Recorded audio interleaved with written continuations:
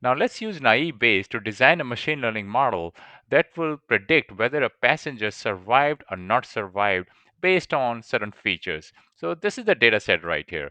In this data set, this actually has a passenger ID, name, passenger class, sex, all these values of all these column names. At the end, you have survived. This one gonna have the value 0 or 1. 0 would mean not survived, 1 would mean survived. So let's import our necessary libraries first. So I'm importing my pandas as PD, and let's read the file. So this is my file that I just showed you. So I read the file, and then I'm just printing first few records after I'm reading the file. So it prints out the first few records, and you can see that this it prints out the first 5 records. So this is a passenger ID 1. That's his name right here. That's his class. What is his class? Class 3. His sex is male. His age is 22, and all this information right here. At the end, you're going to see whether he survived or not. In this case, it says 0. So that means this guy did not survive. Okay, I want to see the shape of that. I want to know how many rows and columns it has. In this case, I have 891 rows and 12 columns.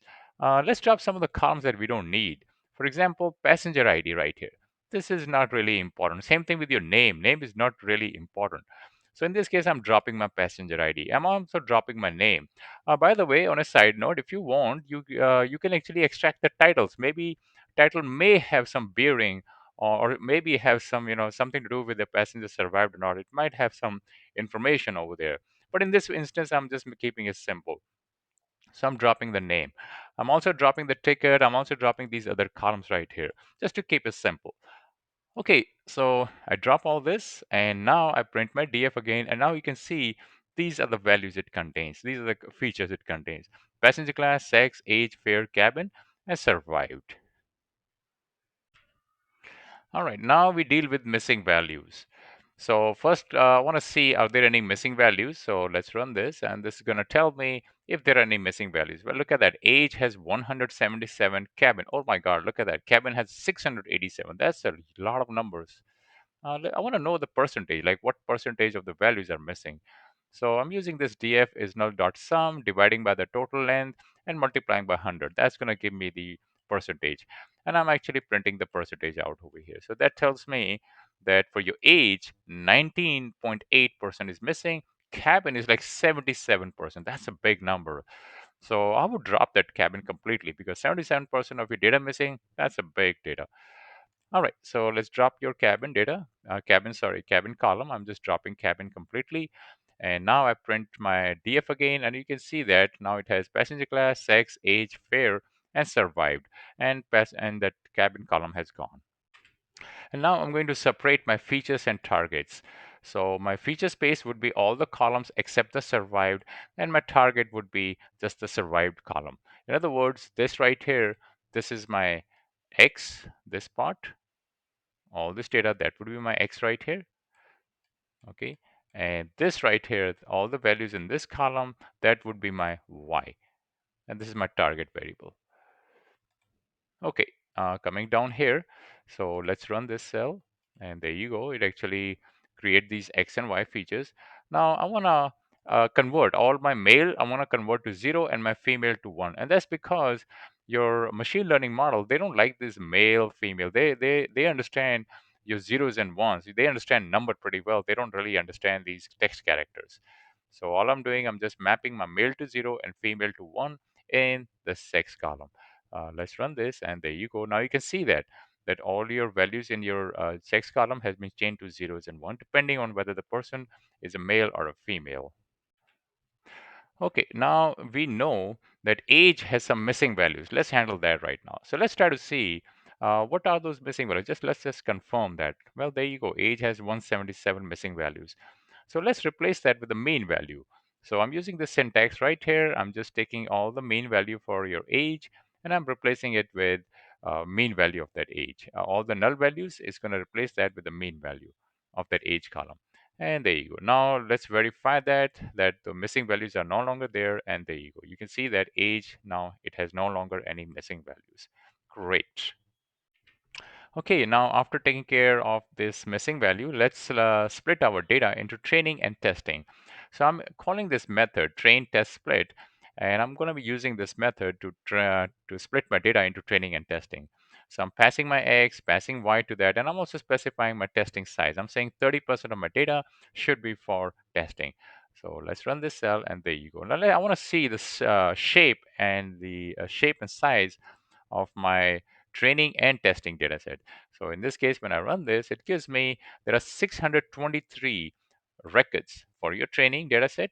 And for the testing data set, it is using 268. In other words, the testing size is roughly 30%. Okay, that's where these numbers are. Now, in naive Bayes classifier, there are basically three main kinds. There's a Bernoulli naive Bayes, there's a multinomial naive Bayes, there's a Gaussian naive Bayes. So, depending on your data, you use one or the other. So, naive Bayes, the Bernoulli naive Bayes is primarily used when your data is mainly binary or Boolean feature. Okay, for example, in your spam detection, sentiment analysis, your multinomial naive Bayes. This would be suited for discrete data, and then you have Gaussian naive Bayes. This is mainly for continuous data. This is the one that we would be using. Generally, they're used like, for example, in measurements or sensor readings because your data over there is continuous in nature. Now, if you go back on the top, you can see that your values are continuous. Look at them. Passenger class, sex, age, fare, all this thing is continuous in nature. That's why I'll be using this Gaussian naive Bayes. So the first thing I'm doing, I'm importing my Gaussian naive Bayes right here.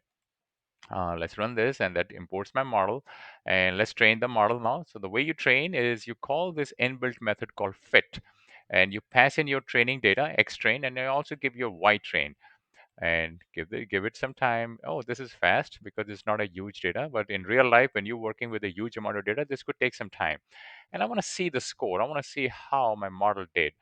Let's run this, and it tells me 78. So basically I fed a test data set to it, and I also gave the y test. Okay, this is the actual value of the x data set, and it compares it, like it checks like how exactly it did, and it tells me the 78% it got right. So that's pretty good. I want to see my test data set. Okay, so let's look at the value for the test data set. So these are the values, and now I want to know what were the corresponding actual survival rate. So for this passenger right here, this one, he actually survived. The answer, this one. This guy right here, okay, this guy did not survive. This guy right here, he did not survive. Okay, and this way you can read the rest of them. So I'm just printing the first five of them. So over here, print the first five X test. I'm printing the first five, the actual label, whether he survived or not. And then I want to see the first five, what was the actual predicted value. So in this case, it gave me the predicted value as 10011. So the actual value was 1, the predicted is 1, that's right. This is actual value was 0, the predicted is 0, 0, 0. This was 0, the actual value was 0, but it predicted 1. So this I kind of got it wrong right here. And the last one, the actual value was 1, and it predicted 1. So this one right here, it predicted wrong. Okay, I want to see the probability. I want to know, what was the probability it assigned to each prediction. So it gave me the numbers, right? So this is the probability that it assigns to the class 0. So the class 0 is 32% chance, and class 1 is 67% chance. So that's why it gave class 1 right here, because this probability was higher. Look at this one right here. Over here, this is saying class 0 is 96% chance, and class 1 is 3% chance. Because this number is higher, so it's going to assign class 0, and that's why it gave class 0. Now let's look at this one right here. In this case, this is class 0. In this class 0 is 89% chance, and class 1 is 10% chance. So in this case, it's giving class 0, it's going to assign this to the class 0 because it has a higher probability. So in this case, class 0. This is how it basically picks up these numbers. Okay, I hope this session helps. Thank you.